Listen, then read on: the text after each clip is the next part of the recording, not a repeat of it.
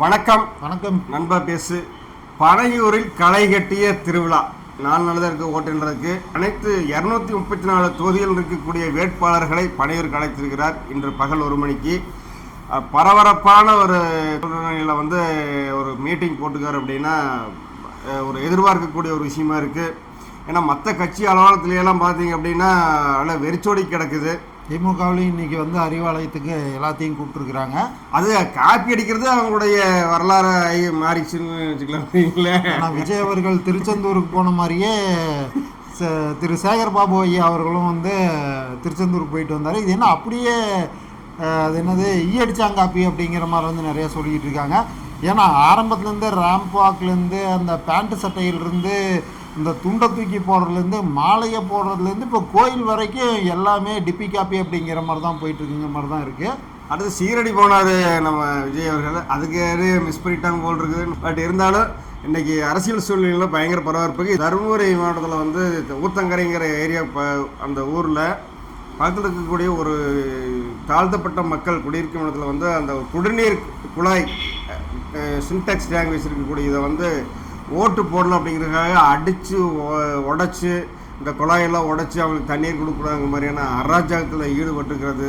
வழக்கு கொடுத்த அவரை விடிக்கால 5 மணிக்கே அரெஸ்ட் பண்ணிக்கிறாங்க. இதுதான் திராவிட மாடல் அப்படின்னு சொல்லலாம்.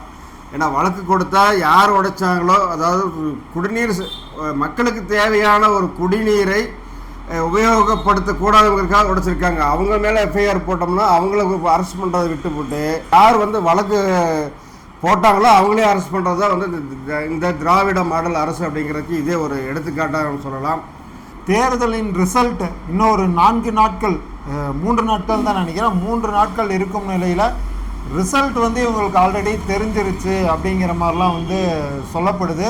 இந்த எக்ஸிட் போலிங் அப்படிங்கிற விஷயத்துல எல்லாமே நிறைய கருத்து கணிப்புகள் சொல்லிட்டு இருக்காங்க. அதெல்லாம் ஒரு பக்கம் இருந்தாலும் இப்போ இருக்கக்கூடிய நிலவரம் என்ன அப்படிங்கிறது எல்லா கட்சியினருக்குமே தெரியும். சும்மா உருட்டினாலும் நாங்கள் இத்தனை % ஓட்டு வாங்கிடுவோம், நாங்கள் இத்தனை % ஓட்டு வாங்கிடுவோம்னு சொல்லி ஊடகத்துங்களை வச்சு இவங்க உருட்டினாலும் கள நிலவரம் அப்படிங்கிறது மக்களுக்கு தெளிவாக தெரிஞ்சிடுச்சு. ஏன்னா மக்கள் யாருக்கு ஓட்டு போட்டிருக்காங்க, எந்த மாற்றத்தை நோக்கி ஓட்டு போட்டிருக்காங்க அப்படிங்கிறது எல்லா கட்சியின் தலைவர்களுக்கும் தெரியுது. அதனால தான் இந்த மாதிரியான கதறல்கள் அப்படிங்கிறதும் நம்ம பார்க்குறோம்.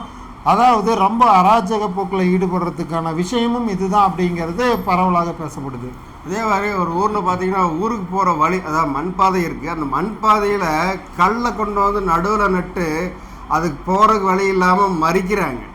இதெல்லாம் ஒரு அராஜகத்தின் உச்சக்கட்டம்னே சொல்லலாம். ஒரு வீட்டுக்கு போகிற ஒரு ஊருக்கு போகக்கூடிய பாதையை கூட இந்த அளவுக்கு கல் வச்சு மறிக்கிறாங்க அப்படின்னா இன்னும் இவங்களுடைய ஆட்சிகள் தொடருமானால் எந்த அளவுக்கு இந்த அராஜகம் இருக்கும் அப்படிங்கிறது மக்கள் தெரிஞ்சதுனால தான் மாற்றத்தை நோக்கி வந்திருக்காங்க அப்படிங்கிறத நம்ம பார்க்கக்கூடிய ஒரு விஷயமா இருக்குது. அது மட்டும் இல்லாமல் அதாவது தனியார் நிறுவனங்கள் ஒவ்வொரு சர்வே எடுத்திருக்குது. அதாவது எலெக்ஷன் 23ஆம் தேதி ஓட்டு முடிஞ்சதுக்கப்புறம் திமுக முன்னிலை பெறும் 140 சீட்டு 160 சீட்டு முன்னிலை பெறும் ஆட்சி அமைக்கும் அப்படிங்கிற மாதிரி ஒரு தனியார் நிறுவனம் சொல்லுது. இன்னொரு தனியார் நிறுவனம் ஏடிஎம்கே முன்னிலை பெறும் வெற்றி பெறும் ஆட்சி அமைக்கும் அப்படிங்கிற மாதிரி சொல்கிறாங்க. இன்னொரு தனியார் நிறுவனம் என்ன சொல்கிறாங்கன்னா தாவேக்காவுக்கு அதிகமான வாய்ப்புகள் இருக்குது அப்படிங்கிற மாதிரி ஒவ்வொருத்தர் மாதிரியான கணிப்புகள் சொல்லிகிட்டு இருக்கிறாங்க. ஆனால் எப்படி அப்படிங்கிறது மே 4ஆம் தேதி கண்டிப்பாக தெரியும். நமக்கு தெரியுதுன்னா கண்டிப்பாக மக்களுக்கு தெரியும் எவ்வளோ இடையூறுகள் பண்ணாங்க அப்படிங்கிறது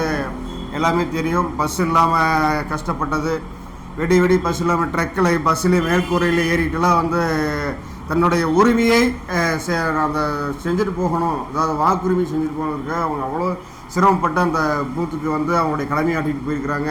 மேலும் அவங்களுக்கெல்லாம் ஹேண்ட்ஸ்அப் சொல்லி ஆகணும். வருகிற மே 4ஆம் தேதி யார் அரியணையில் ஏறப்போகிறார் அப்படின்னு ஜோசியர்கள் எல்லாமே சில கணிப்புகள் எல்லாம் சொல்லிக்கிட்டு இருக்கிறாங்க. அந்த வகையிலையும் பார்த்திங்கன்னா விஜய் அவர்களுக்கு ஆதரவாக தான் இருக்குது. எப்படி இருந்தாலும் மே 4ஆம் தேதி ஒரு மாற்றம் உருவாகும் என்பது எந்த ஒரு இதுவுமே இல்லை. ஏன்னா நிறைய பேர் இப்போ சொல்கிறது என்னென்னா டிஎம்கே குறிப்பிட்ட சீட் இவ்வளோ, அதாவது அவங்களுக்கு பேங்க்கில் போட்ட மாதிரி இந்த ஓட்டுக்கெல்லாம் இத்தனை % ஓட்டுன்னு சொல்கிறாங்க. அதே மாதிரி ஏடிஎம்கேலையும் சொல்கிறாங்க குறைஞ்சது ஒரு 30% ஓட்டு எங்களுக்கு பேங்க்கில் ரிசர்வ் ஆன மாதிரி அந்த கட்சிகளுக்கு விழுந்தே ஆகும். ஏன்னா இவ்வளோ வருஷமாக வந்துட்டுருக்க கட்சின்லாம் சொல்கிறாங்க. இதெல்லாம் ஒரு பக்கம் இருந்தாலும் ஏன் மக்கள் வந்து அந்த பேங்க்கில் மாதிரியே ரிசர்வ் பண்ணியே வச்சுருப்பாங்களா அப்படின்னா கண்டிப்பாக கிடையாது. காலத்தின் மாற்றம் அப்படிங்கிற ஒரு விஷயம் இருக்கு இல்லையா, அவங்களுக்கு அந்த இடத்துல வந்து இந்த ஆட்சி சரியில்லை அப்படின்னு தோணும்போது கட்டாயமாக அந்த ரிசர்வ் பண்ணிருந்த அது எல்லாத்தையும் சொல்லிட்டு வெளியே வரத்தான் போகிறாங்க. மக்கள் வந்து அப்படியெல்லாம் உட்கார்ந்துருக்க மாட்டாங்க. காரணம் என்ன பண்ணால், எந்த ஒரு மனிதன் பாதிக்கப்பட்டாலும் அந்த பாதிப்பிலிருந்து அவன் வந்து என்ன பார்ப்பான், பொதுமக்களுக்கு என்ன இடையூறு ஆகுது, சமூகத்தில் என்ன நடக்குதுங்கிற பார்வை வந்து பொதுமக்களுடைய பார்வை எல்லாத்து மேலேயுமே இருக்கும். அப்படி இருக்கிறதுனுடைய வெளிப்பாடாக தான் ஒவ்வொரு ஆட்சி மாற்றங்கள் ஏற்படுறதுக்கான அந்த காரணம் அப்படின்னு நம்ம பார்க்குறோம். இதில் வந்து இந்த நிறுவனங்கள் கட்சி சார்ந்த சில மீடியாக்கள் வந்து உருட்டு எல்லாமே இன்றைக்கெல்லாம் யாரும் கேட்க போகிறது கிடையாது. யூடியூப் அப்படிங்கிற விஷயம் வந்து போட்டு பட்டையை கிளப்பிட்டு இருக்கிறனால கருத்து கணிப்பெல்லாம் ஓரங்கட்டப்படும். இப்போ வந்து மக்கள் என்ன நினைக்கிறாங்களோ அதுதான் வந்து களத்தினோட நிலவரமாக இருக்கும். அதனுடைய வெளிப்பாடு வந்து மே 4ஆம் தேதி கண்டிப்பாக வந்து மக்கள் அனைவருமே எதிர்பார்த்துட்ருக்காங்க. மாற்றம் அப்படிங்கிற விஷயம் வந்து நிறைய பேர்த்தனுடைய உச்சரிப்பாக இருக்குது.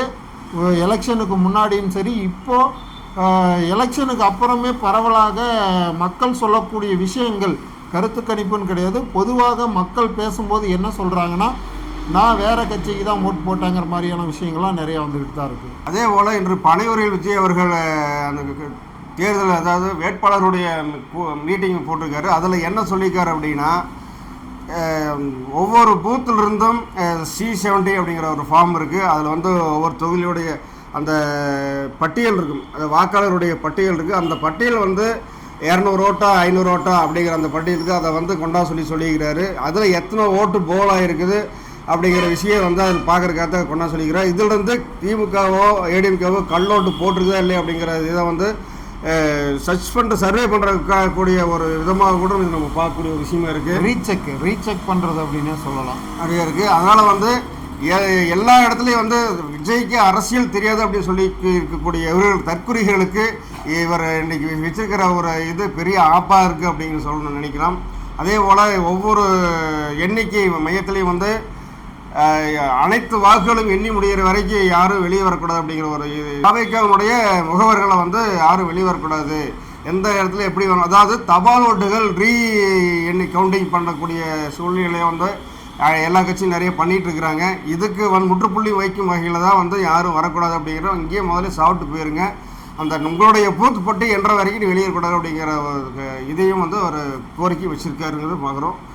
இருந்தாலும் அவருடைய மே 4 என்ன நடக்குதுன்னு பொறுத்திருந்து பார்ப்போம். மீண்டும் இன்னொரு சுவாரஸ்யமான வீடியோட சந்திக்கிறோம். நன்றி, வணக்கம்.